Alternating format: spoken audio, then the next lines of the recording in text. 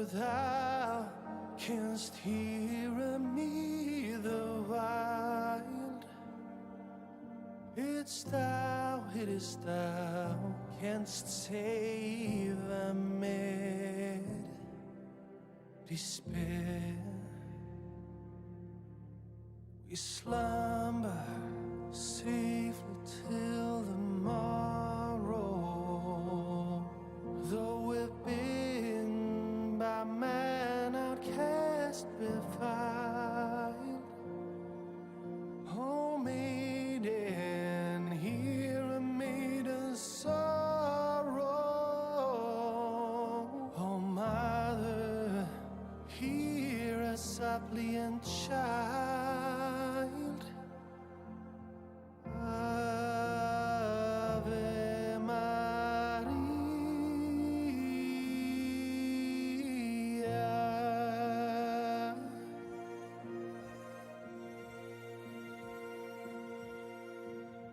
Ave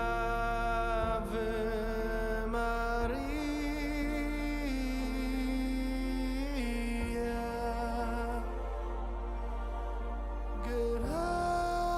Gratia plena, Maria,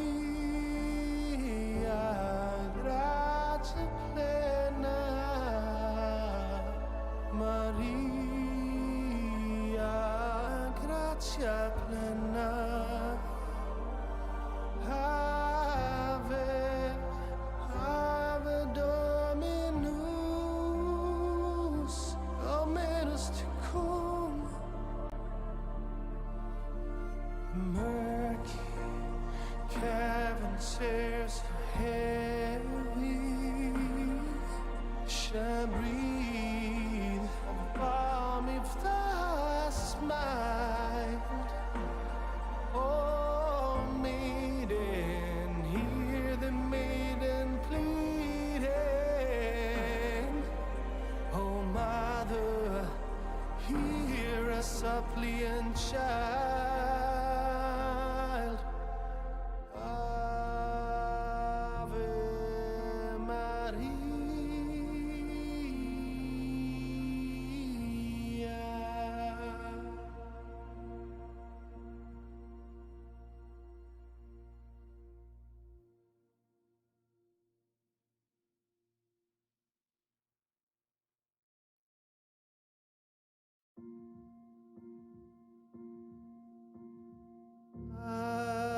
Ave Maria.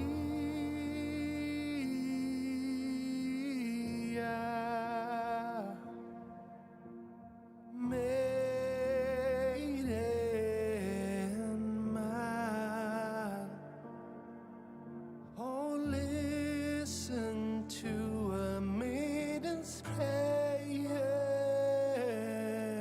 for thou canst hear me the wild. It is thou canst save amid despair. We slumber safely till the morrow, though we've been by man outcast, defiled. Oh, maiden, hear a maiden's sorrow. Oh, mother, hear a suppliant child. Ave Maria.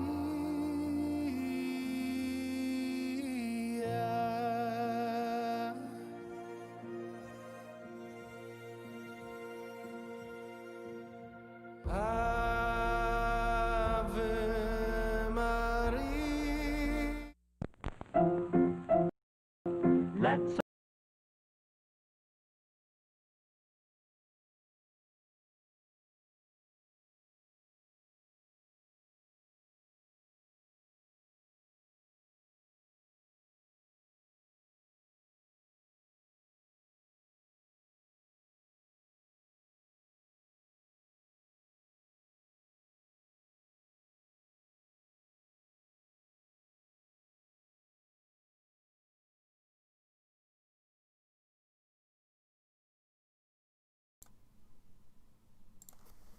Hello, everybody. How are you doing?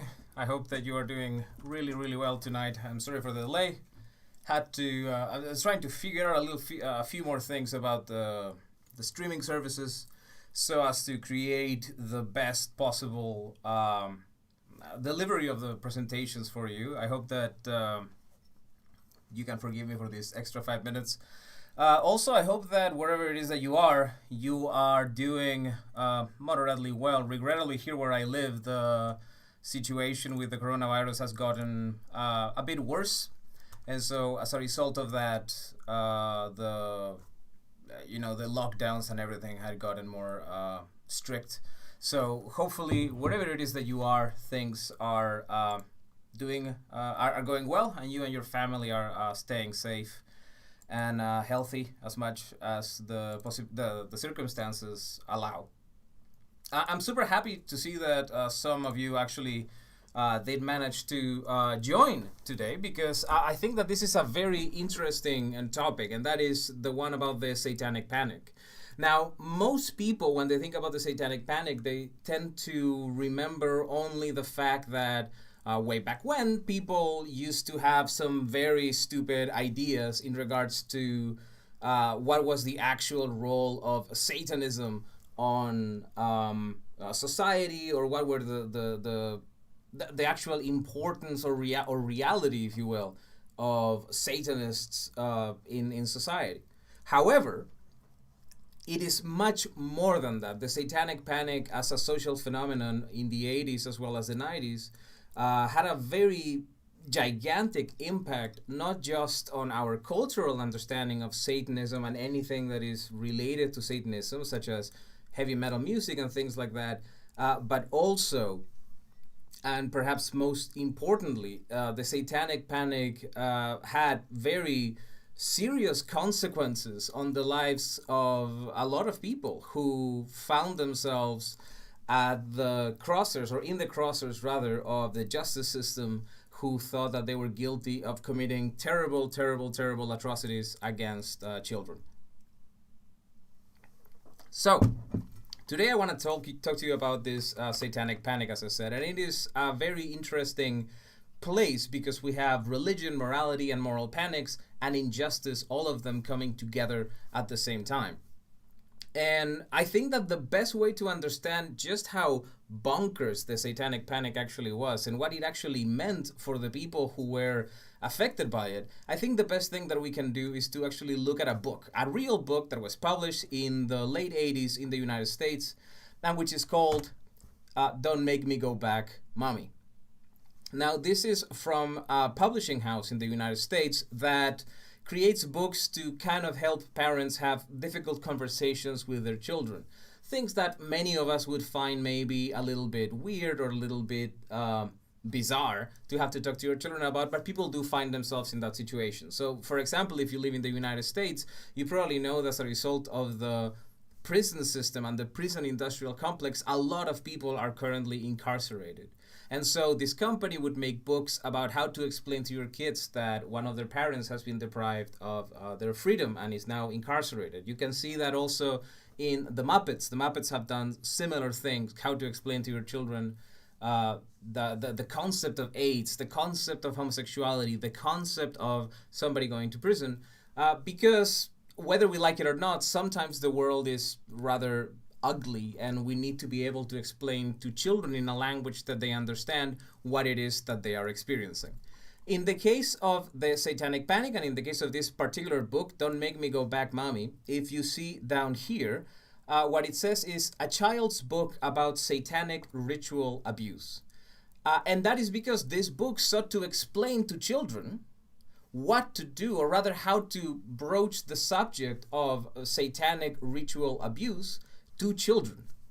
And the way in which it did that was by presenting a story in which a child is going to preschool, and he, were you a good little girl? Asked the mommy. And, did you do everything that they told you to do? And the little girl immediately talks about how, yes, I obeyed, the teacher is nice, but I don't like the juice that they give me at school. They call it a magic juice, but it tastes funny. Now, we immediately can tell that something horrible must have happened to this child if he's talking about this magic juice and, the kid's a bit sleepy.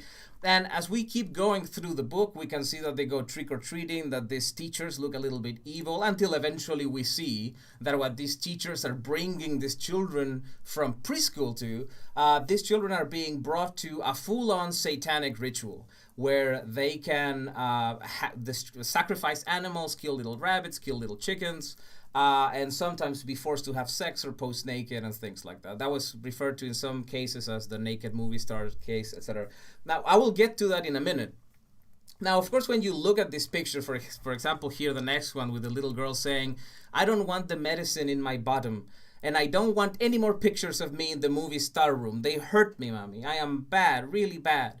So we're already getting an idea that this child is being a victim of a horrible sexual abuse, and that this is what the book is trying to present.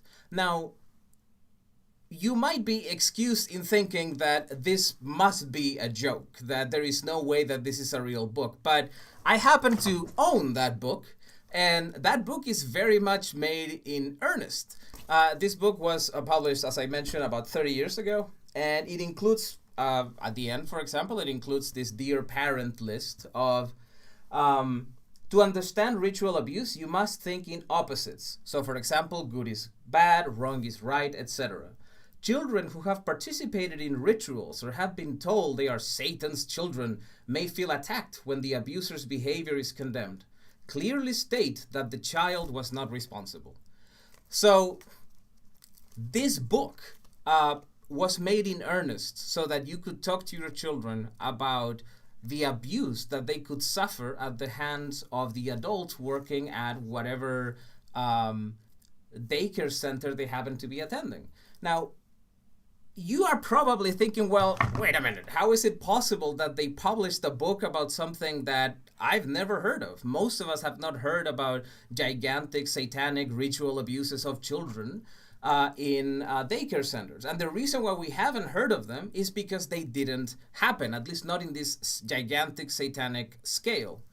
And that is the Satanic Panic, this brief period of time in which there was such a moral fear and this gigantic sense of panic in society that it led to some people to believe that there was a gigantic satanic conspiracy, not just in the United States, but in many parts all over the world, and that this satanic conspiracy had one goal in mind, which was the ritual sacrifice of children and the sexual abuse of children. That is the Satanic Panic, and that is what we're going to talk about today. So obviously, if we want to understand the Satanic Panic, the first thing that we need to do is to first understand what are the things that might have made it happen eventually. What are the things that played a role in creating the kind of society in which something as bizarre as the Satanic Panic could actually take place? Well, the first thing is the fear of the unknown. The changes in society that were happening in the United States, in particular in the 60s, 70s, and 80s, 60s and 70s in particular, and eventually in the 80s, and that had to do with, first of all, the independence of women leaving the household and seeking jobs on their own, and breaking a little bit the idea of the traditional family with a woman staying at home taking care of the children, and the man being the sole provider for the entire household. That was a gigantic change in American society and all of Western society, really. If you read some of the literature that was published at the time, particularly coming from religious groups or conservative groups, you can read about how there were conservative women saying that they would rather die before letting a stranger take care of their children. There was a concept of what was the worth of a woman, and that worth came determined by the ability with which they were able to take over the labors of the home. And so what was happening with these women at that time was that society was starting to act a bit weirded out. How is it possible that all of these women are no longer staying at home, they're getting a job, they're making their own money, and somebody else is taking care of my children? So that was the first thing. The second was, of course, the proliferation of very different political causes that were starting to be seen all over the country. We can see it in the case of, connected to the female liberation, of course, the issue of abortion, but also the presence of women in the anti-Vietnam rallies in the United States. If you look at some of the role of women, particularly before World War II, where women first start to appear in assembly lines for the war machinery, we can see how women start to take a completely different role in society. They stop being subservient to men and start to become individuals in their own rights. They, of course, they always were individuals, but we're talking about the social pressures that kept many women confined to their homes. So this was a very big social change, and that not only affected politics, it also affected, of course, religion, because connected to this was the idea of sexual liberation, that women in particular were able to select when and where they wanted to have sex in a way that we're not able to do before the massification of, for example, the birth control pill, or the massive availability of birth control mechanisms, including eventually abortion. We can see it also in the presence of women in the wars in Vietnam, but also the great social chaos that was happening during the invasion in Southeast, the wars in Southeast Asia, where we're starting to see a break, in the case of the United States, of the idea of the American dream. More people are joining more fringe political ideologies, as well as fringe religious ideology. We can see there L. Ron Hubbard, who's the founder of the scam known as Scientology, and on the right, Anton Zanzor LaVey, or LaVey. He is the founder of the Church of Satan, which is an atheistic pseudo satanic pseudo-satanic organization, because they are atheistic, but they are a bit hedonistic more than anything else. And that started to come into direct conflict, if you think about it, with things like the general understanding of many nations in the West that were largely restricted to Christianity, different forms of Christianity. Of course, in the case of the United States, you would have Protestantism, but if you're in Spain and Italy, or in several parts of Latin America, it would be things absolutely connected to the Catholic Church. So then we now have great social revolt, a great social movement in which the structures that have underlined society for a long time have changed drastically. Women are in a different position. Religion is no longer limited to in the case of the West, Judaism and Christianity, but also these new age religions such as Scientology, the Church of Satan, the Moon sect, and many others, which was coming in direct conflict, with many traditional people in the West. Also, the appearance of a new type of entertainment, which is Dungeons and Dragons and heavy metal music. In the case of Dungeons and Dragons in particular, it was quite interesting to see how it was extremely controversial in the beginning, because the idea of having a game in which people were taking other roles and they were pretending to be Satanists, and magicians or mages, and creating dragons and serpents and spells and things of all of that, that played a gigantic role also in scaring people into thinking, well, what could possibly come out of this? Can this damage children? People were sincerely concerned about the possibility that if you were playing Dungeons and Dragons, you could perhaps become a dangerous person. If you go into it, you can actually look, you can Google a film called Mazes and Monsters, starring a pre-famous Tom Hanks, where they used Mazes and Monsters because Dungeons and Dragons was trademarked, where this character becomes so immersed in the game that he becomes, that just goes full on crazy. You can see it a little bit from it here.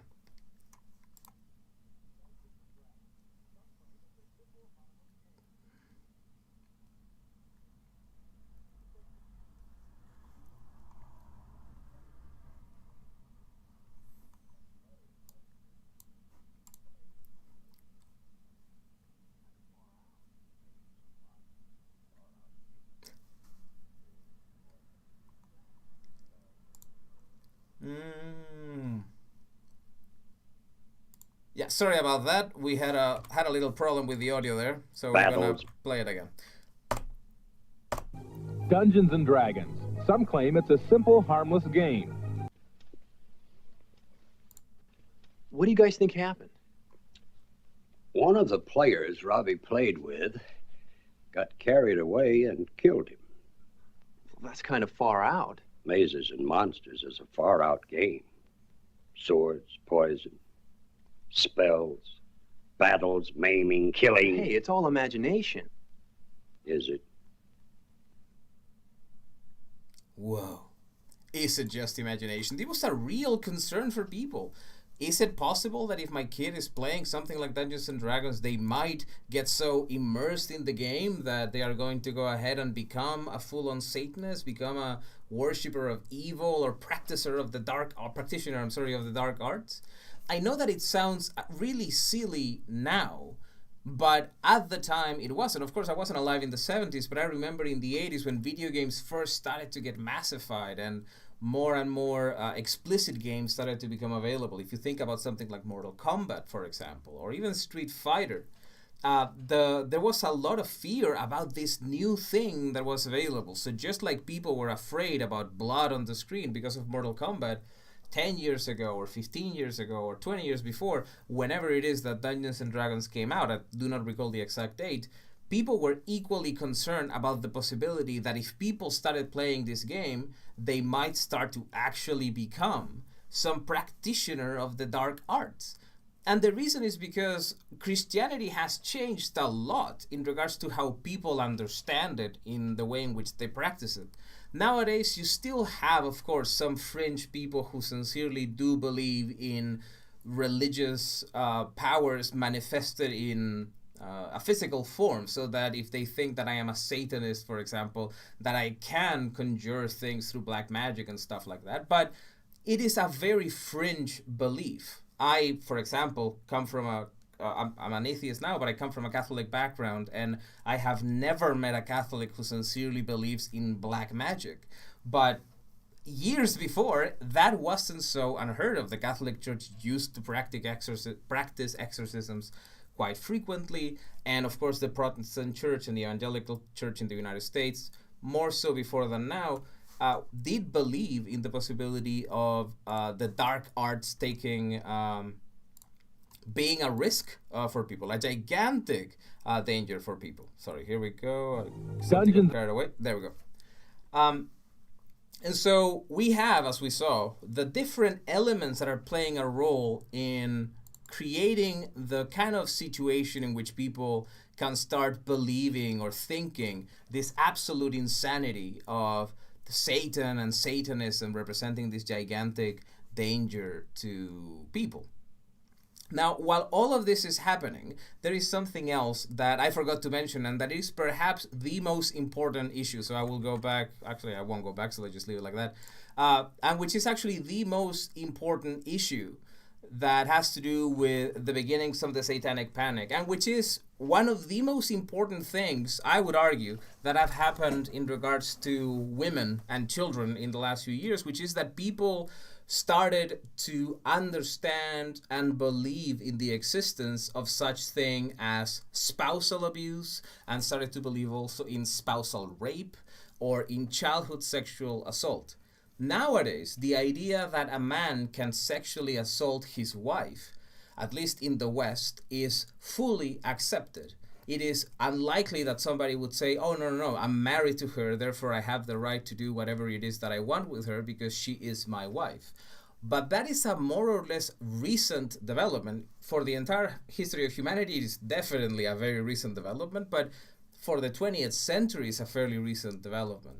The idea was that what happened inside of a family, as long as it wasn't an extremely bloody situation, would stay inside of the family. And that included something such as sexual assault. So connected with this idea that women were now subjects of their rights and entitled to their rights, and that the same thing applied to children who were no longer considered as mere property of the parents, which I'm sure you would agree with this, they used to be. That is why a parent was able to send a child to be a chimney sweeper, or sell newspapers or anything like that, because you are part of this familial unity, and you need to put in the hours to work. There wasn't this idea that you need to be educated and taken care of and eventually develop. That is a very recent development in the behavior of humans. And so we can go back to the 50s and 60s and 70s to see this entitlement of women. And I don't mean entitlement in a bad way. I mean entitlement as becoming entitled to exercising these rights. The entitlement of women and children to be protected from abuse. And so all of a sudden we go from a society in which abuse is not something that happens. Of course it does happen, but people don't talk about it. To a society in which abuse, now we recognize that it happens. And all of a sudden it seems to be everywhere. And of course it seems to be everywhere because before it wasn't anywhere. Nobody was talking about it, or at least it wasn't spoken in a way that is comparable with the way in which it was spoken in the 70s or then the 80s, and let alone with the way in which we speak about it today.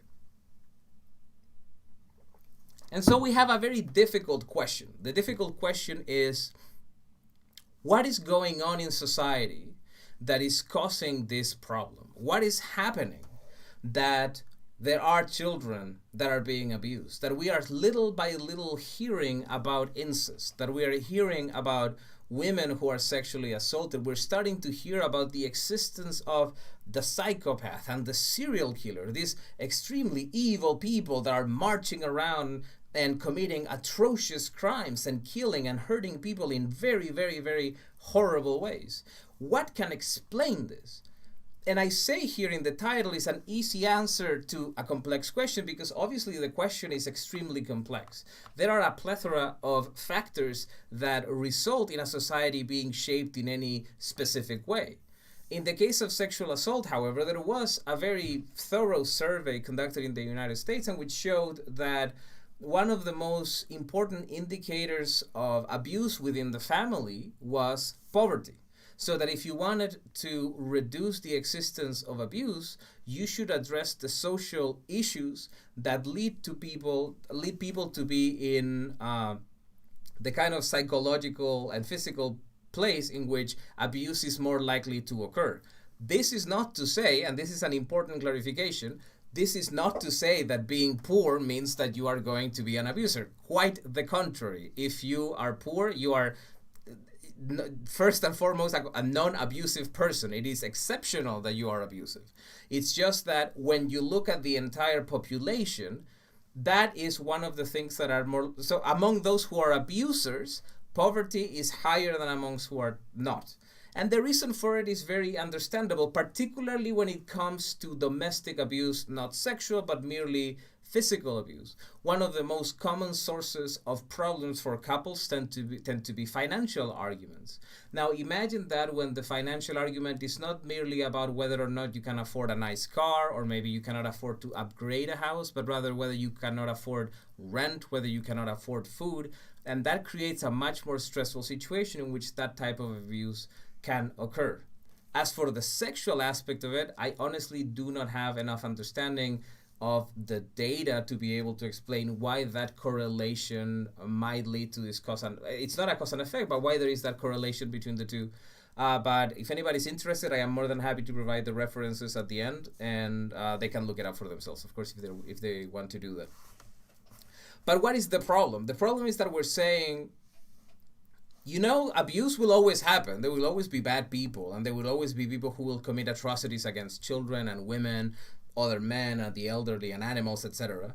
But there might be some things that make abuse more likely. So what can we do to make it less likely? So the argument from these longitudinal studies throughout the United States would have been, well, how about we address these social problems? Then that is a difficult thing to accept, because it means that you need to accept the idea that there is something about the way in which your country is structured that might create the kind of a situation where abuse can occur. And that might come at the cost of having to reform the prison system and having to reform the social safety nets and a number of things. So easier than that is to simply say, it must be Satan. or it must be feminism, or it must be the leftists, or it must be anybody else other than actually looking at the system that has created these problems. In the case of the Satanic Panic, the manner in which we were able to address the threat of abuse, the threat of domestic abuse, and the threat of sexual abuse, particularly of children, was by saying there are things that are out of this world that are playing a role in this travesty. There are things that come from the underworld that are playing a role in how children are being treated or how women are being treated. And that is Satanism. And in fact, we can see one of the most damaging things that came out of this time, which is, it's older than that, of course, but that comes out of this simplification of the narrative, which is the Stranger Danger campaign. You've taught your children to be polite and friendly, but have you taught them when not to be? Hi there. Do you live around here? Uh-huh. You going to school? Yes. Well, I could give you a ride. Last year, 50,000 children disappeared, many of them from nice, safe neighborhoods. It's okay. Come on, help me. Talk to your children about not talking to strangers, and do it today. A message for your child's safety from the American Medical Association. I mentioned that this is one of the most damaging things that have come out of all of these campaigns against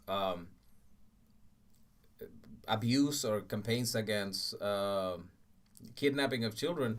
The Stranger Danger one was particularly damaging because the majority of abusers are not strangers.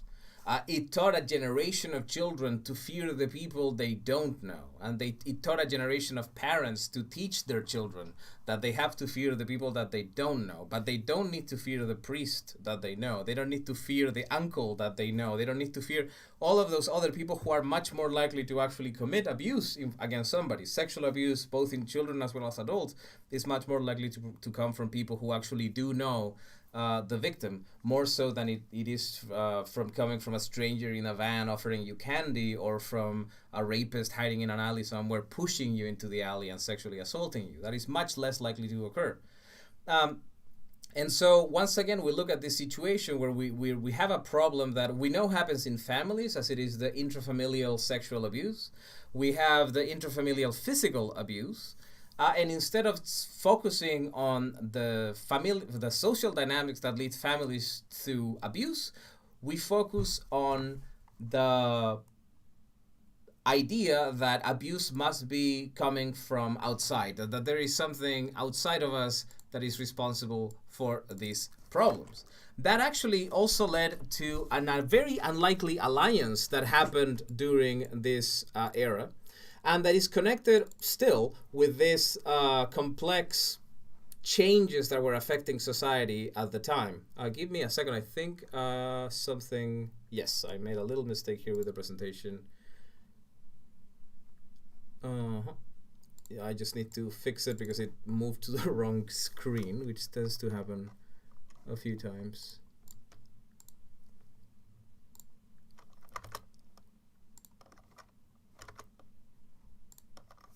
Yes, I think we're fine now. All right, so one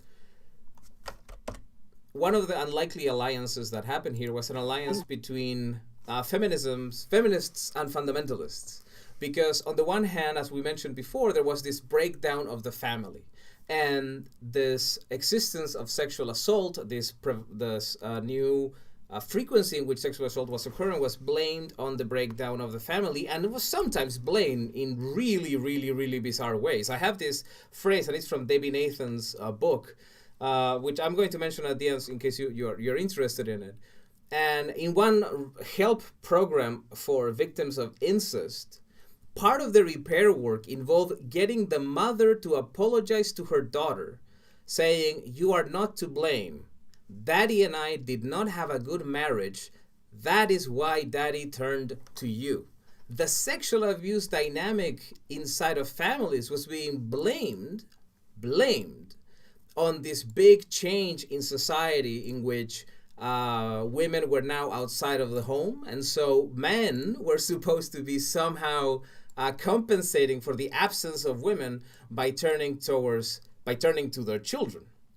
On the other hand, feminists were also combating in what they, I'm sure, was a good intention on everybody's part. I mean, even the people who had those revolting ideas about the situation of incest in families, I'm sure that they had good intentions.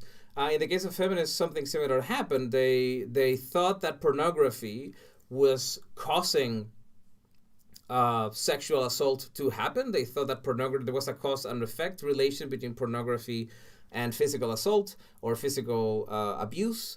And so they started to associate themselves with Christian fundamentalists in their attempts to prohibit pornography and prohibit certain forms of obscene expression, and perhaps most importantly, join certain fundamentalists in their fight against abusers who had been accused of committing a certain type of abuse that also had certain satanic elements to it. So it was really a match made in hell, for lack of a better word, because you had people who thought that pornography was the source of all evil, and they were willing to do anything to stop that evil.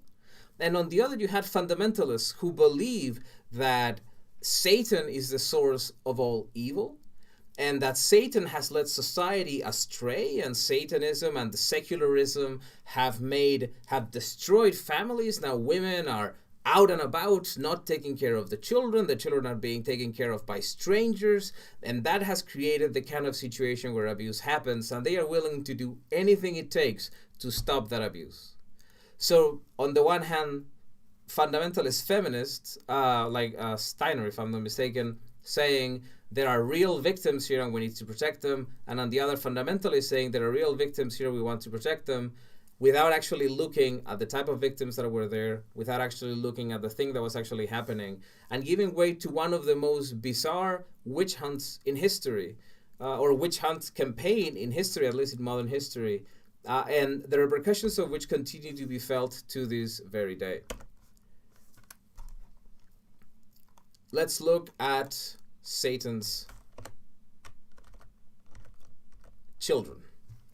So the beginning of the Satanic Panic proper in the United States is, and in the rest of the world, because regrettably I often have to reference America, but it mostly has to do with the role that America plays in shaping culture for the rest of the world.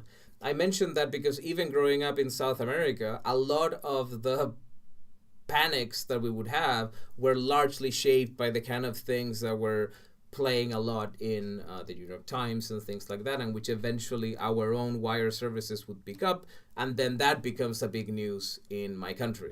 Became a big news in my country. So it's the same thing here. In the case of Satanism, the beginning goes back to, Michelle remembers, a forgery. I mean, a real book, but a complete ridiculous book in which a woman, this lady here on the right, who was the patient of this gentleman here on the left, she wrote a book because she first started to go to this psychologist to seek help. And as part of the therapy that she was getting, this psychiatrist or psychologist came up with the idea, a completely nonsensical and unscientific idea, that she had some repressed memories, and those repressed memories were all connected to systematic and massive satanic abuse. That abuse had come in the form of her family abducting her, taking her to planes, taking her to other countries, removing her from school, having her assaulted in truly revolting and disgusting ways, and in general, just making her into what they would refer to at the time as a soldier for Satan. A woman who had been raped repeatedly by a number of high-profile dark priests of different satanic organizations, that she had been part of like a stable of children, all of whom were kept for the same purposes, that she had been impregnated and forced to have an abortion. I mean, a really, really, really insane number of stories that were told in this book. Eventually, when investigators started to look into the book, they realized that most of their stories either could not be corroborated or simply were impossible to have occurred. A best example of this was that in Michelle remembers, this Michelle lady says that she had been abducted and taken into this secret satanic compound or internment camp or whatever it is that she was, at a time where you could actually go to her school, get her yearbook, and see that there were pictures of her on that same year. Her entire family was, of course, extremely damaged by what happened, because it is, for nobody, it is easy to be accused of committing these atrocities, but it turned out to have been completely fake. This idea of this dissociative personality disorder, which back then was the multiple personality disorder, the idea that this woman had kind of compartmentalized her mind in a way that this part didn't remember all the things that this part had done, and all of these things about Satan and all the things that were happening to her, which ended up being just completely made up, 100%. But it was enough to this seed was enough to create what eventually became the Satanic Panic proper. The reason for that is because what Michelle Remembers did was to create the idea that there are indeed large groups of Satanists that are recruiting children, perhaps even bringing children into the satanic life, for no other purpose than just celebrating Satan and doing bad things. And although the book eventually was debunked, as I am sure you know, nowadays when the newspapers get a story wrong, most people remember the wrong story. They don't remember the correct one. Well, the same thing happened, but worse, when Michelle Remembers came out, because first the newspapers and magazines and TV shows, all of them talk about what happened to Michelle, only to then not really highlight as much the fact that the book was complete bunk. Not to mention that many people might have just heard from somebody else about the Michelle Remembers book, then they buy the book, they never read about it on the newspaper, so they only get to experience the first part of the story, the part of the story that tells them there is a big army of satanic worshippers, devil worshippers out there who are on their way to destroy humanity, to kidnap our children, and we need to protect them. Now, there is probably one of the best books written on the Satanic Panic is Satan's Silence by a journalist called Debbie Nathan, who was one of the first journalists to write critically about the Satanic Panic. And it started because she started to investigate some of the accusations that were made. So the way in which she described the Satanic Panic in Satan's Silence was, according to a claim that has been promoted for more than a decade, this book was published in the late 80s, by preachers, police, prosecutors, psychotherapists, child protection workers, and anti-pornography activists, there exists in this country, and indeed around the world, a massive conspiracy of secret Satanist cults that have infiltrated everywhere into society, from the CIA to police stations to judges' chambers and churches. The devil worshippers have even secreted themselves in daycare centers and preschools, the story goes, where they pose as teachers. So when we talk about the Satanic Panic, and that is why I needed to give this entire introduction, this is what we're talking about. We are not talking exclusively about the silliness of believing in Satan or the silliness of being afraid of Satan or being afraid of heavy metal, but in particular about the belief that actual crimes were being committed. And whenever people believe that there is a crime, and they believe that there is a criminal. And so it becomes also the story of all of those people who were persecuted, and why not say it, persecuted and prosecuted for crimes that not only they did not commit, but most likely than not, they were crimes that never took place. Such was the acceptance of this idea, the acceptance that there were Satanists everywhere committing crimes non-stop, particularly against children, that you could always find daytime television, somebody saying what the new threat of Satan was, what the new danger was coming from Satanism or the things that were connected to Satanism. There is this, I am going to use the word journalist in a very liberal way, named Geraldo Rivera, who now is part of Fox News, but before was part of some, I think, NBC or something.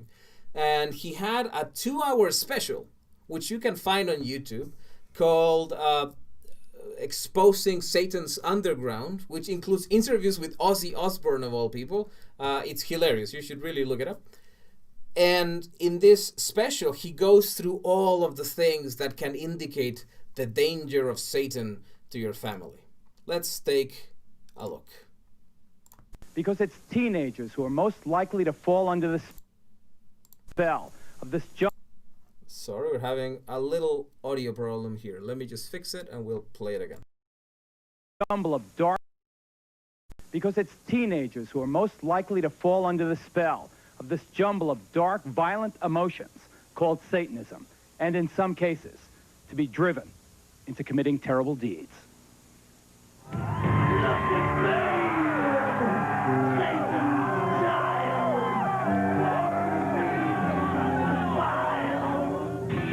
Being into heavy metal doesn't necessarily mean your kid's also into Satanism, and most of these fans are not. But there is an undeniable connection between obsession with the really hard stuff and the occult. This stone pony from Kansas City is named Spike. The upside-down cross is a symbol of Satan.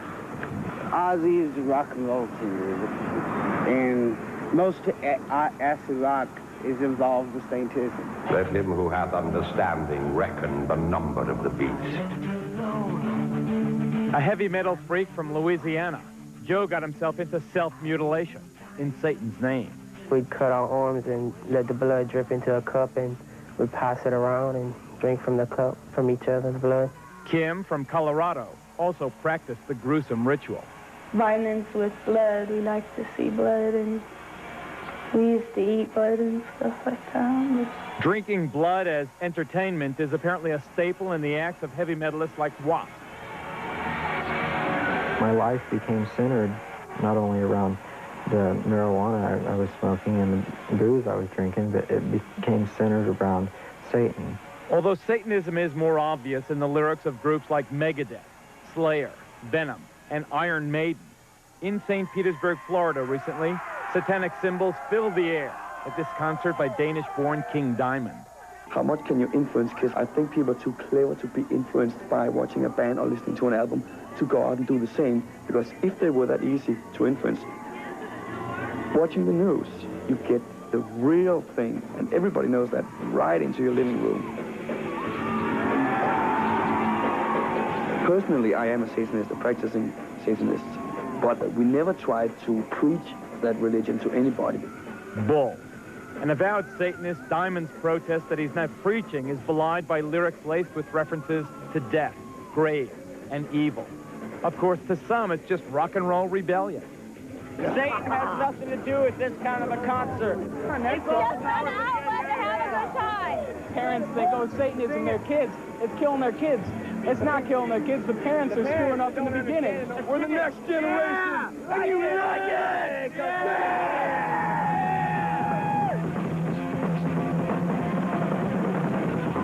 Whatever the connection, there is no doubt that teenage satanic activity in this country is increasing dramatically. Literally every child in this fucking video is probably like 57 now. In case you needed to feel old. That's all you need to know. Everybody there is extremely fucking old now.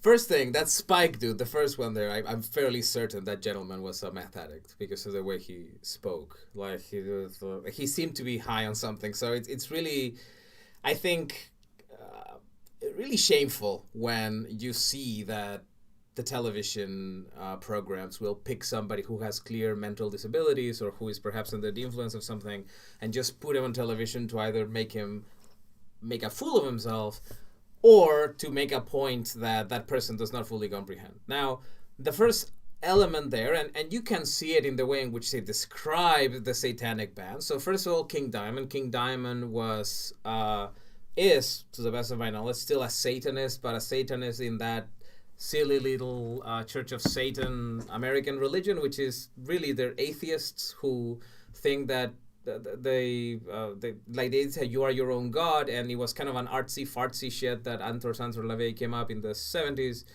and he dressed up like an idiot as part of doing that. Like, that's the entirety of the Church of Satan. In the case of Iron Maiden was not a satanic band. What was it? Slayer is not a satanic band. They were just edgelord kids who were trying to seem cooler than they actually were, I think, more than anything else. In the case of Venom, which they also showed, Venom was particularly interesting because Venom at the beginning, they were very open. Eventually, they came to be very open about the fact that at the beginning, with black metal and with all of the "in liquid Satan," all of that sort of stuff, it was a gimmick that they wanted to exploit, that they were not satanic at all. But even if, for the sake of argument, we were to say that all of the bands that they mentioned were extremely satanic, which is a possibility. We could say, well, all of the bands that we just saw there are actually satanic and they worship the devil. There is still another jump that they are making, which is, and therefore, these bands will make people kill people. These bands will make people commit atrocities. Because they simply had made this connection that if you were a Satanist, if you had a non-traditional religious belief, you weren't necessarily a bad person. Now, as I said before, I'm an atheist, so I don't have any special deference for any type of faith. So I also find theistic Satanism to be remarkably stupid, but it is not in any way, shape, or form connected in the kind of cause and effect relation that they wanted to create Satanism had. Now, sorry, I disconnected something here.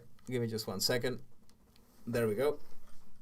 And in the case of the Satanic Panic, the reason why I wanted to show you these bands was because it was used as an indicator of the potential dangerous nature of the people involved. There were a number of cases in which the fact that a kid looked like I looked when I was a teenager, dressed in black with shitty hair and stuff like that, that it could be understood as a sign that this person had indeed been in league with Satan and committing atrocities in the name of Satan. Well, I'm going to cover a couple of cases now very quickly because I think that they're very interesting. But after that, I want to do a separate live stream where I actually dedicate a significant amount of time to both of these cases because I think they're very fascinating. The first one, because the evidence that existed for the case was non-existent and it was fascinating to go through it. And the second one, because it had a particularly close connection to heavy metal music. So let's go through them now. It is impossible for me to speak about all of the really important cases that happened during the Satanic Panic because there were hundreds. There were people in many parts of the world accused of committing gigantic atrocities, and many of them went on to die in prison. There were people put on trial for accusations that included the mention that people had, or that these children had seen people fly. There was a particular accusation, it's quite fascinating, that children at hello Fuchs Ananas, there was a particular accusation in one of these Satanic Panic cases that children had been taken from the school, put on a plane, taken to Mexico, where they were raped by several soldiers of the Mexican army, taken back to America, put on a bus, taken back to school, and picked up by their parents without anybody noticing. And that was one of the accusations that made it to bring somebody to prison and eventually spend the rest of their lives there. There were people who lost everything, because remember, even if you're acquitted, if you are accused of doing something to a child, the fact of the matter is that nobody will ever look at you the same way. Now, if I told you, for example, that your neighbor was accused but acquitted of raping a child once, there is no way you would ever let your neighbor take care of your children, right? Because you will probably think, well, you never know. Well, the same thing happened here to dozens, if not hundreds of people who were targeted as a result of a moral panic that infected not just America, but the entire world, and which was based on the fantastic and ridiculous idea that Satanists were practicing magic around the world and using children for it.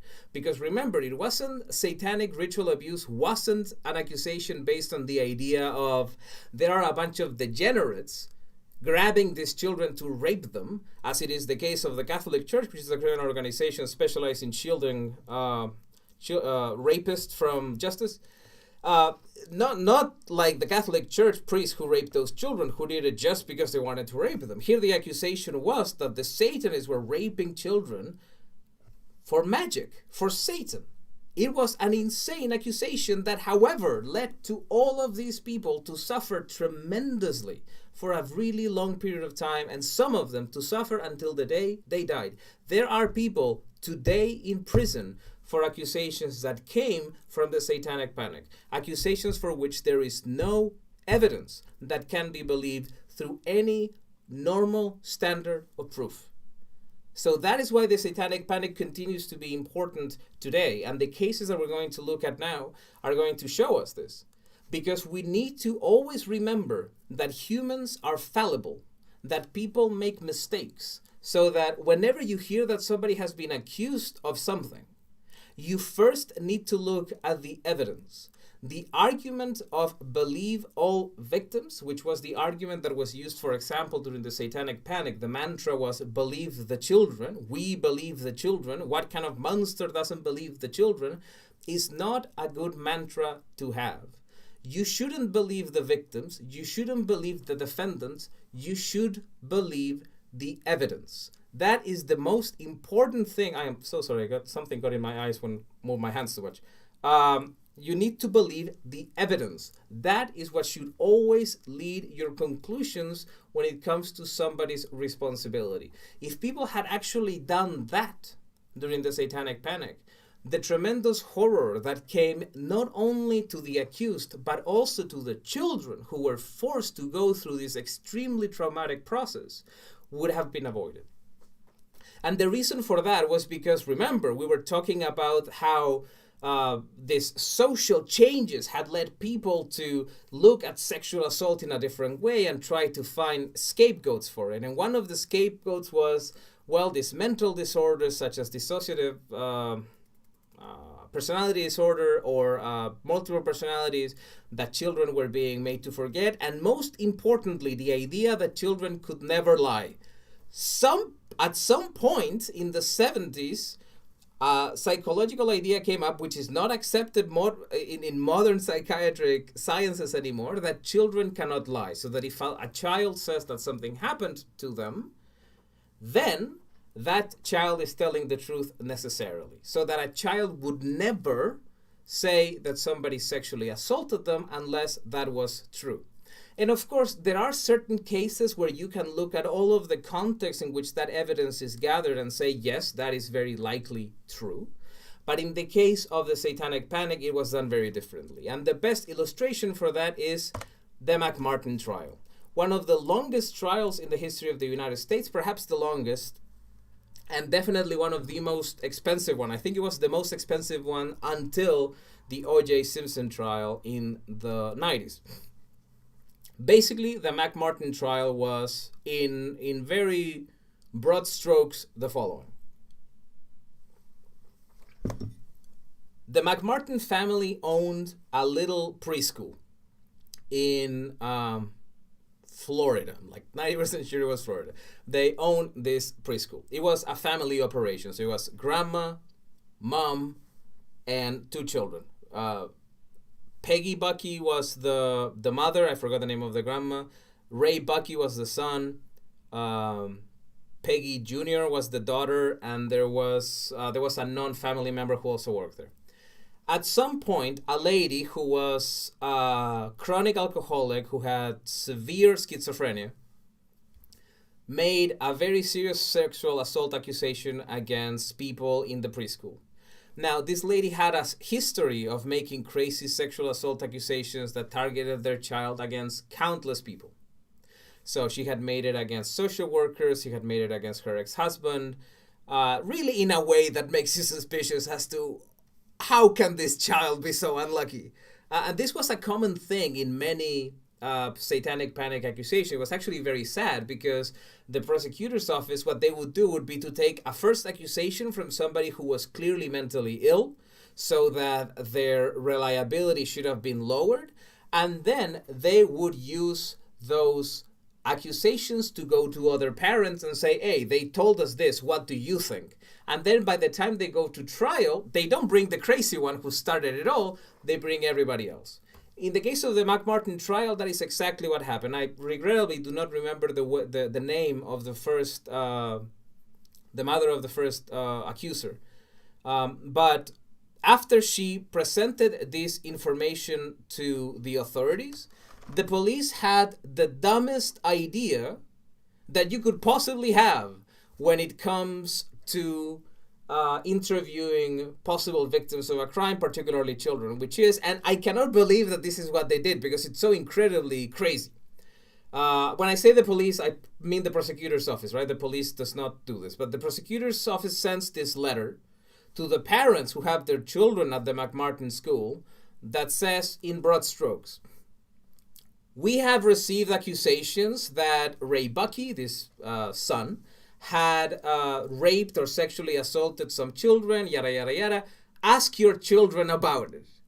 Now put yourself in the position of any of those parents. Somebody just told you that your child might have been sexually assaulted in preschool because somebody told them that another kid was sexually assaulted on that preschool. So what all these parents did was that they sat their childs down and they asked them questions to the best of their abilities. The way in which a person who is not trained in interrogation, a person who is not trained in child psychology, and a person who first and foremost is terrified that somebody might have hurt their child, they sit those children there and they get their stories. And the way in which they got their stories was that they didn't listen to them. They told them what to say. Not because they wanted those children to lie. This is very important. We don't need to imagine the parents of those children as evil. We just need to imagine anybody who would be told, hey, someone raped a child in your child's preschool, have a conversation with them. And the result of that was that they would eventually get, yes, okay, so yes, something happened to me. These very young children, some of whom were too young to have remembered anything. And then they were taken to a terrible psychologist, a person who was not adequately trained to interview young children, a person who was not specialized in sexual trauma, and a person who had no qualifications to do this, but who had a lot of good intentions and a lot of belief in herself, and conducted those interviews with children in a way that I am sure you have heard, because it is a very typical, it's kind of a meme when people kind of make a joke about it, which is wearing the doll, show me in the doll where the man touched you, right? So they would use these naked dolls, which had no track record of ever having been used in a way to elicit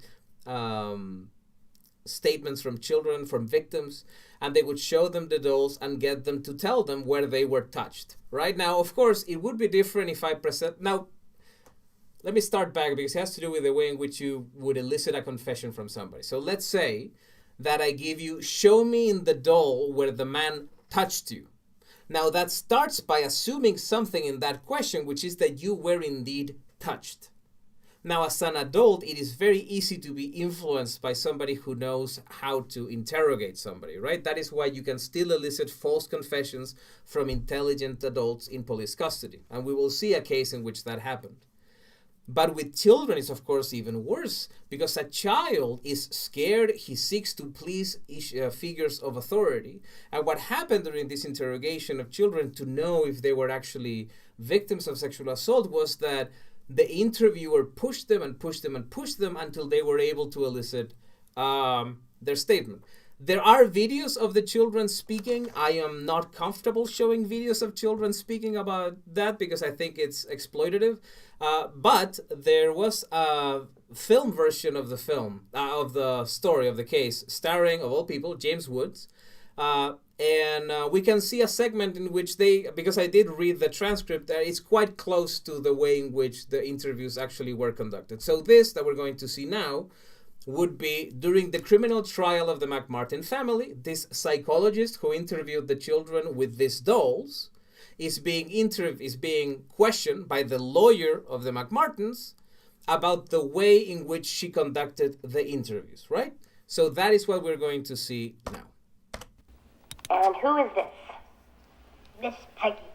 Miss Peggy. Now, doesn't she have funny-looking boobies? Look at these little heart things that stick out. Have you ever seen boobies with these lines in them? Some of the kids at school told me that her real name is Miss Piggy, but she's kind of fat. Is that true? Why do you call her Miss Piggy instead of Miss Peggy? What do you mean when you talk about her boobs with lines? I don't think you understand how frightened these children were. It's an attempt to jog their memories, sort out which teacher was which. All right, Mr. Monkey, are you going to be stupid or are you going to be smart and help us out here? Because some people think you're stupid, Mr. Monkey. Well, I'll be smart. You will? Mm-hmm. Okay. Mr. Monkey's a big chicken, and he can't remember any of the naked games, but we think we know a game that Mr. Monkey remembers. It's the Naked Movie Star game. Do you remember that game? Or is your memory too bad? You told Sam that he was stupid and that he was a chicken and that his memory was too bad. Is that right? I was talking to the puppet. You don't think little Sam thought you were calling him dumb? If I believed that, Mr. Davis, I wouldn't have said it. Now, what the other kids did is they took this doll, Ray, and they started eating that. You want to punch him like the other kids did? Go ahead. That's it. Good for you. Good for you. You want to punch him? Go ahead. Why did you encourage her to beat the doll that was supposed to represent Ray? Don't you think this kind of thing leads the children to believe that he was a bad man? Not at all. It was therapy. It's best that they let their anger out rather than keeping it bottled up inside of themselves for years. It can become a time bomb if it's repressed. Sandra Krebs, your assistant, you taught her your technique, did you not? Yes, I did. And she was initially employed as your video camera operator, was she not? You seem to give a great priority to formal education, Mr. Davis. Miss McFarland, this was, in your words, one of the biggest molestation cases in the history of the world. Why didn't you hire the most experienced person you could get? Because some of them wouldn't have had the courage to do what had to be done. What courage was that? Simply to find out the truth. Remember all the times your mom asked you if anything happened? 159 times. I know what we'll do. We tried this with another little girl. Here's Big Bird. Now, what this little girl did was she squeaked once for no and twice for yes. Can you do that? Once for no and twice for yes. Okay. When Jennifer was touched at the school, was it a hand that touched her? No. No. Did Ray sometimes do yucky things to some of the kids? No. Sometimes people we like can touch kids in places that are uncomfortable and scary. Did you know that Ray did that to some of the kids? No. No. We don't want to hear any more no's. No, no, no, no, no. You told this child's parents that she was molested, did you not? We said she was in denial. Did the parents see all of the tapes? I beg your pardon? Did they see all of the tapes, Miss McFarland? No, we were interviewing 400 children, and more were calling all the time. So all you had to do was press fast forward on the VCR, and you had at your fingertips each child saying whether or not he or she had been molested. Is that correct? You give me too much credit, Mr. Davis. The very idea that after an hour or two with me, a child would say he was molested even if he wasn't, makes me out to be some sort of genius. Children between 3 and 6 can be very easily tricked. They are at this developmental stage of magical thinking. It is very easy to intimidate them. You did make that statement, didn't you, Miss McFarland? I knew what would happen when I put myself on the line with these tapes. I knew people like you would pick apart every word, every inflection, but somebody had to do it, Mr. Davis, so the children could tell the truth. The truth. Was what you got the truth? What are you trying to suggest? I would deliberately plant false ideas in their heads? Is that why you think I entered into all of this? No, I think that you entered into all of this for a very noble reason. To help children that you honestly thought had been traumatized, and maybe spare them going through another trauma in this very courtroom. But I also believe that you must have known what a dangerous technique this was. Highly suggestive. A technique that was meant to be used where abuse was already an established fact. And yet in this case, there was no such evidence that abuse had occurred. And you went ahead and used this technique anyway, and this technique became the evidence. That's ridiculous. Of course there was abuse. The children told me, I heard them, and you and the entire justice system are trying to stop them from telling the truth. Well, I don't blame you for not wanting to face reality, Miss McFarland, because the reality is this. You didn't listen to these children. You closed your ears to the truth that they were so desperately trying to tell you. And you ended up implanting instead in their fertile imaginations a memory of something that never happened. So, the fascinating thing about that case, now, of course, the banter between James Woods' character and the Key McFarland, who's a psychologist, that part is a bit more loose, but if you read the transcripts or even watch some of the original videos of these children being interviewed, the no is an actual thing in one of the videos. And the reason for that, and it is very fascinating, and it's one of the reasons why the McMartin trial in particular, although the Satanic Panic in general, was so reminiscent of the witch trials of the Dark Ages. Because denial was seen as a sign of guilt. A child saying that he or she had not been molested was seen as a sign that that child was in denial of the abuse. A person denying that he had committed the abuse was either simply lying, as any abuser would, or was actually just had actually just been able to close part of their mind and kind of block or I forgot the word, but like basically block that part of their memory so that they don't remember the fact that they committed the abuse of those children. So once that accusation came out, there was nothing that you could do. And also you face that difficulty, a difficulty that people still have today when they are accused of something. And not just sex crime, not just Satanism, but it is when somebody else defends them.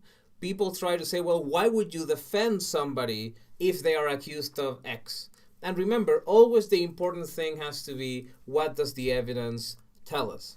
In other words, if we cannot find that somebody killed someone, it's better to err in the side of caution. Because the power that the state has to destroy lives, to put people in prison or to take their lives, if you live in a country that regrettably has a death penalty, is enormous. So if we're going to ever use the power of the state to take somebody's life or take somebody's liberty, we really need to be really sure. So pushing for evidence, pushing for kind of a more scientific approach to criminal trials is essential. And in the case of the McMartin trial, it was exactly like that. It was a case that was driven by public fear and by the belief that people in the McMartin school were involved in Satanism. The satanic aspect is not really covered so much in this film, but if you actually read the trial itself, one of the things that were mentioned, and in fact even appears in this Geraldo Rivera special that I was showing you earlier today, they were accusing the McMartin family of having been engaged in enormous ritual satanic sacrifice. As a matter of fact, one of the largest accusations was that there were tunnels dug under the school and that the children were put in those tunnels and abused there. Further diggings around the property have shown that there are no tunnels, by the way, obviously.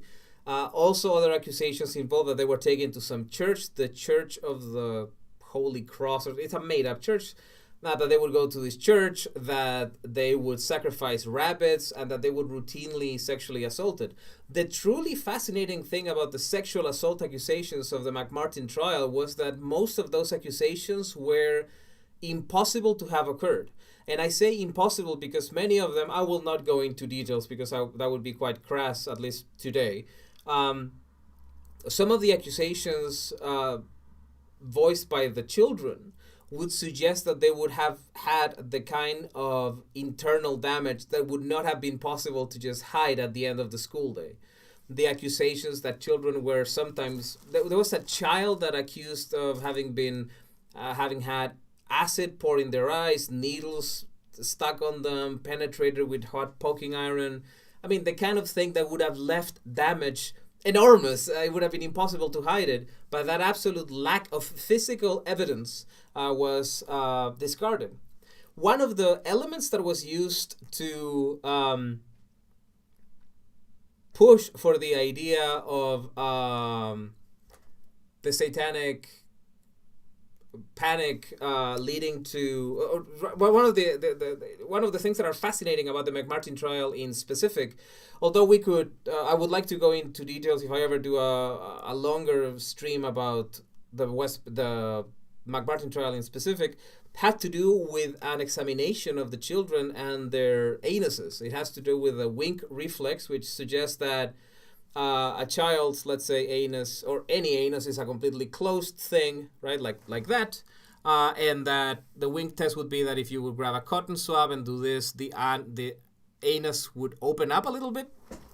It's called the wink reflex in an anus. And it was suggested at the time of this trial that anybody who had that opening and closing was doing that because he or she had been anally penetrated, an argument that is no longer accepted. There were also a lot of pseudoscientific gynecological evidence put forward that showed vaginal cavities of children, saying that which ones were abused and which ones weren't. But in a very fun turn of events, one of the ways in which it was easy to demonstrate that it was bullshit was that these experts that would say that, oh yeah, this child was clearly abused because we can see it in their genitalia and the markings of their hymen. Once you randomize the photos, they would not be able to say which ones were supposed to be abused and which ones weren't. It was a completely pseudoscientific evidence test that was, however, used to try to get all these people to go to jail for the rest of their lives and one of them to get executed. I mean, these are really atrocious pseudoscientific things that were, however, part of a criminal trial. The second case about which I want to talk to you about today, but rather briefly, is the West Memphis 3. The West Memphis 3 is rather famous because it got the attention of a lot of famous people, such as Eddie Vedder from Pearl Jam, some of the members of the Dixie Chicks, Henry Rollins. A number of famous musicians were helping in their release. And the reason for that was because these 3 children, now they are of course adults, were charged with the murder and rape of 3 small boys. And these 3 small boys were supposedly killed in such a brutal way that they said that there must have been some sort of satanic motivation. This gentleman here at the top, it's Damien Eccles. He was kind of a metal kid, as you can see here. Just like him, I was a teenager who owned a Harley Davidson t-shirt. Just like him, I used to dress in black. Just like him, I had a very bad taste when it came to my hair. And that was enough to show that this poor kid, because they were all what you would call poor white trash, that these poor white trash kids who smoke weed and sometimes drink and listen to all of that devil's music, they must have done it. And without a shred of physical evidence, without any DNA evidence, even though there was DNA of the victims and DNA of third parties that were never identified, these 3 people were sent to prison, and they spent 18 years in prison after a public campaign finally allowed them to be free, although not to be declared innocent. Basically, there is a procedural thing that they came to agree upon where they agree that we will accept a plea where we say that we are guilty, but just so that we can go home immediately. They're not saying that they're guilty because they did it. They're just saying that they're guilty because it allows them to leave. It's a procedural thing that came as a result of eventually, finally managing to get a new trial. And the reason why it is arranged in this manner is because if you're actually declared not guilty and you go out, the government would have to pay you money, and the government doesn't want to pay you money, so they prefer if you just plead guilty and leave. That's the beauty of the justice system of every fucking country in the world, and it is one of the most brutal parts of practicing law.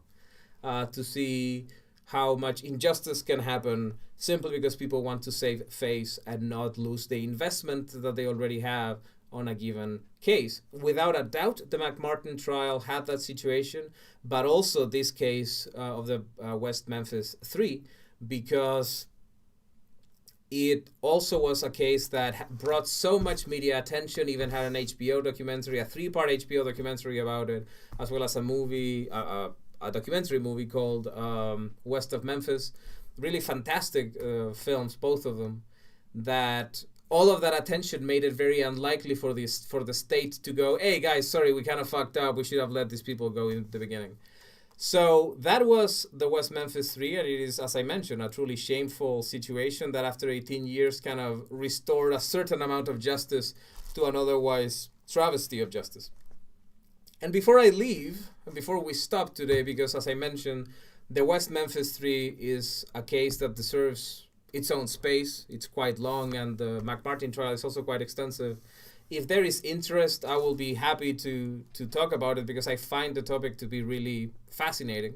I want to talk a little bit about why this is important. Why we should read about the Satanic Panic. Why we should care about something that happened 20, 30 years ago.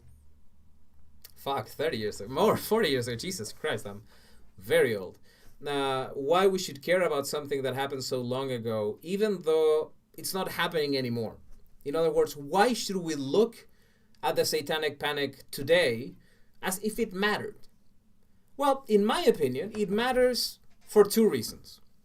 First, it matters because it should give us a lesson about how important it is to be careful about the accusations that we believe, the stories that we believe, and how we have to be careful about how we get carried away when we hear that something is very bad.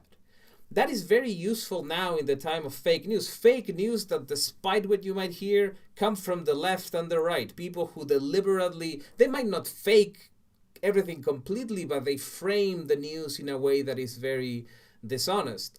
Since it's my pet topic, and how could I go a whole stream without mentioning him, the way in which some of the media cover Julian Assange, for example, shows how careful we have to be about the manner in which we digest the media, how we digest accusations. But also because the Satanic Panic is making a comeback. The Satanic Panic, incredibly enough, is returning to the world. At first I thought that it was returning exclusively to the United States, but it is happening all over the Western world. And it probably will remain a Western world sort of thing because it is inherently related to Christianity. So this one is one where the Judeo-Christian tradition gets to be absolutely proud as to why it is so fucking insane. The Satanic Panic is coming back in the form of an insane conspiracy theory called Q. That should have been a dramatic movement. There we go. Q. Q is a conspiracy theory that started in the United States, supposedly by some insider of the deep state that gives his followers a bunch of nonsense stories about what the deep state is doing, right? Most of those stories are all of those stories are nonsense. But one in particular that the Q world has fully embraced is the idea that there is a big satanic cabal that is hunting children and harvesting their blood to stay young. They say that they rape children or they torture children to steal adrenochrome, which is an oxidized form of adrenaline that is produced from our bodies. You can also buy it separately, like way more than you would get from any single child, but you know, facts kind of complicate these people. The reason why they say that they are stealing the adrenochrome is because they use it to stay young, something that makes absolutely no sense. There is no reason to believe that that is true, but a lot of people believe it. And I say a lot of people, I am currently in Europe and I am seeing this belief in adrenochrome harvesting, in satanic cabals, in the COVID-19 pandemic being some sort of satanic cover-up. That is happening today. And we have to be very careful.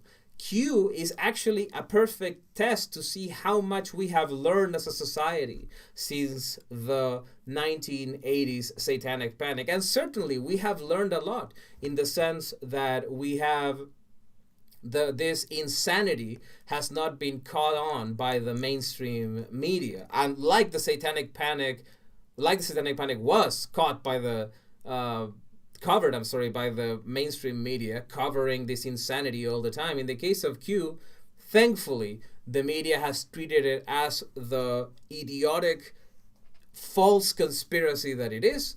But a lot of people are taking it seriously, and we have made a mistake of perhaps not engaging people in a more constructive way to move them out of what is a death cult. We have to remember that just as it happened with the Satanic Panic, once you believe that there is an ultimate evil, as Satan, committing acts against the ultimate good, in this case children, there is nothing that you would not be willing to do. The first traces of the Q conspiracy in the United States was in something called Pizzagate, this idea that Democrats in the United States were abusing children in the basements of some pizzeria, which, by the way, did not have a basement. And what did end up happening was that some maniac with a fucking AR-15 showed up to that pizza parlor trying to rescue children. Children who weren't there. Children who were not ever abused in that pizzeria's basement, because, once again, that pizzeria has no basement. And it is something that will always happen once you allow this magical thinking to exist. If you think that you have God on your side, why would you stop? Why wouldn't you fly a 747 against the World Trade Center? Why wouldn't you show up with an AR-15 into a pizza parlor? Why wouldn't you murder some cartoonist because they painted your prophet?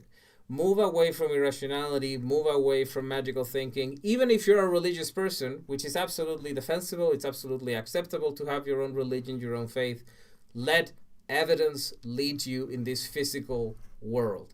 Don't take memes, don't take stories like that as gospel, because they can lead to very bad things. And since I mentioned Q, something that is worth mentioning, you might see at some point the phrase that 800,000 children go missing every year in the United States as an indication that this is a real problem.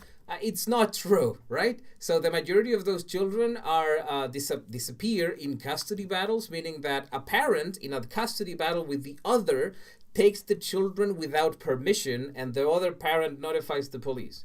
Now, obviously, custody battles are very difficult. They are hard for the children. They are hard for the people involved. But they are obviously not the same as a kidnapping by a child-abusing cabal. So if you hear that crazy phrase, or if you hear that crazy story, at the very least, you now have something to answer. No, that's fucking stupid. Or if you want to be more constructive, actually, I have heard that that number accounts also for custody battles. And that if 800,000 children disappear per year, most children would be missing a friend every year. So it would be pretty noticeable. So, ladies and gentlemen, that is all I have for you today as far as the Satanic Panic. It has been my privilege once again to talk to you. I really appreciate that you were willing to spend an hour and a half listening to me talk about something so niche as this. I consider the topic to be fascinating, and I consider it to be very, very interesting. But I get that it is maybe difficult to understand or maybe difficult to believe because of how insane it is. Because it is crazy. When I read books, and there is Believe the Children, there is Satan's Silence by David Nathan, there are a couple others, the names of which I forgot, a number of documentaries, a number of PSAs made at the time about the Satanic Panic and the Satanic Conspiracy and the Satanic Cabal, that when you go through them, it is really incredible to think, wow, this actually happened. This is actually a thing that was taking place. People sincerely believed that Satan was a threat.